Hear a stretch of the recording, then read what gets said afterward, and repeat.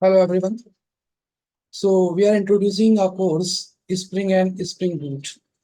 So this course contains some part of your Spring Boot application development. We will work on the how you can create the project of the Spring and Spring Boot application and create some endpoints using the REST API like the post method and get method, delete method, boot method, etc. And you will work on the database connectivity, how the controller layer, business layer, and all the type of layer you can integrate together. So let's discuss what type of you know topics will be covered in this particular course. So let me start with the introduction of the Spring framework. This is the very first video of the Spring framework and Spring Boot framework introduction. After that, we will work on the first application of the Spring Boot, how we can create the first application of the Spring Boot, right?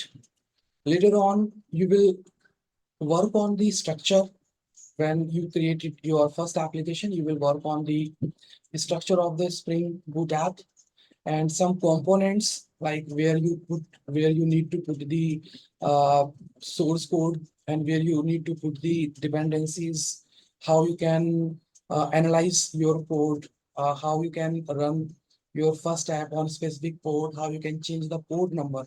So these type of analysis will be done when you create your first application, and this is the part of your output analysis also.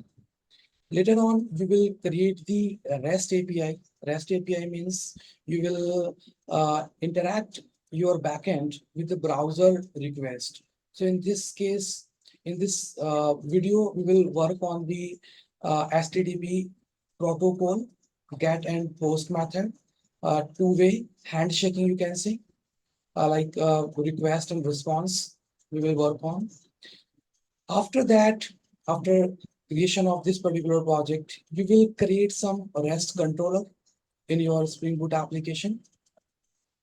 In a Spring Boot application controller, you will directly send the data from the browser, and the controller will handle all the restrictions, you can say, all the endpoints, you can say, and whenever a request comes from the browser, it will directly interact with the controller, not directly interact with the business layer, business logic, you can say.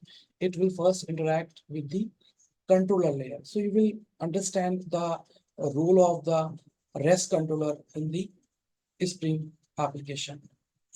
After that, we will add on the business layer.